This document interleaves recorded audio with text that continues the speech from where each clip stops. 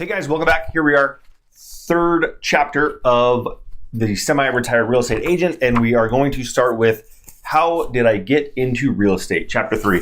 So this is kind of a funny story, but it's also kind of funny how most people don't get into real estate because that was like what they wanted to do, like their main kind of job that they wanted to get into.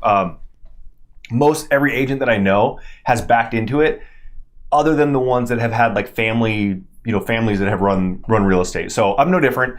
I was actually working at a Hookah Lounge here in Las Vegas where I loaded bowls. That's what I did.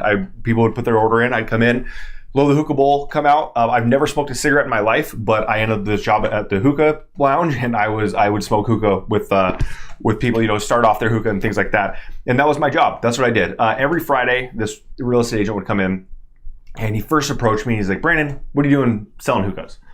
He's like, you can make six figures effortlessly if you can pass a real estate exam. You think you can do that? And I was like, of course I can. But he had already turned me off. He said, you can make six figures. I was like, yeah, whatever. I don't believe you because that's what you led with. So I didn't think that I was even interested. Well, he kept coming in, he's persistent, kept asking me. And finally I was like, you know what? I can do that. I took it as a challenge. So finally I went, I studied, I worked, my schedule was like from 6 p.m. to 2 a.m. And then I would study basically, overnight. And then finally went and took my test and got my license.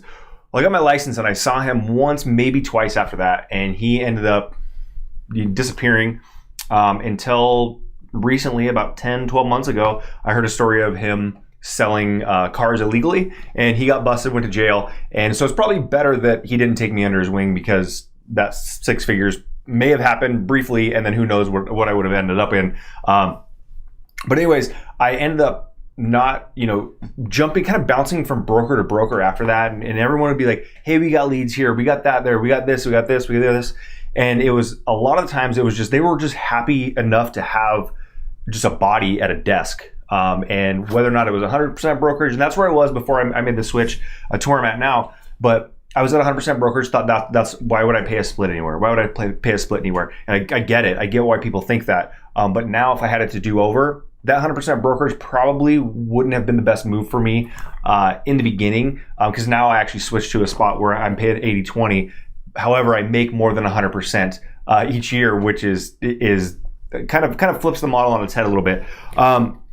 But that was he went in, that's how I ended up getting my license, bounced around a little bit. But the problem was in that, in the brokerage model, it's like they don't, as being with a broker, you don't necessarily want to have agents get much better than where they're at. Like you want them to get good enough so that they don't leave you or like outperform you. But there's never really that spot where that sweet spot where you want somebody to outperform you or get better than you. And that's what I was having trouble with. And also, not only that, I was having trouble with something that I call vacation intimidation. And I talk about this because this is how I feel a lot of real estate agents are. Most of us, we go out and we don't understand what a real vacation is. We go out there, and for the most part, there's some people that have teams in place and things like that. But if you want to go on a 2-week vacation, you're sacrificing one or two things when you go out. You go out and you're either not prospecting, you're not getting clients, and you're not making calls and drumming up business while you're gone. So you come back and you lost 2 weeks, or you're handling deals that are happening while you're gone. So a semi-retired real estate agent is not worrying about these things. Things are in place for this person to be able to do that. And I'll give you a perfect example of me prior to understanding the mindset, of a semi-retired real estate agent. A couple years ago, we went to California, just outside of Los Angeles, a place called Knott's Berry Farm. Our family and another family went. Well, I had a deal going, and I didn't really have anybody in place to help take care of the things that were happening. So we're out there, and we're going on all these rides. The kids are going on the rides. Everyone's having fun. And here I am in my phone like this, walking around. I got lost like 4 or 5 times because everyone else just went without me. And I ended up taking like a left when everybody else went right.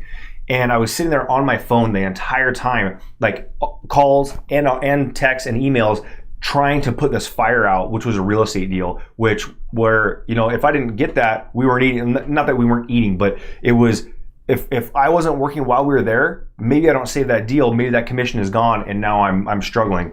And so at that time when I saw that, I thought there was something better. And what I needed to do was become a broker. That's where I was at. I was like, this is it. I got to become a broker so that I can go ahead and I can leverage other people's time. And that's what I needed to do.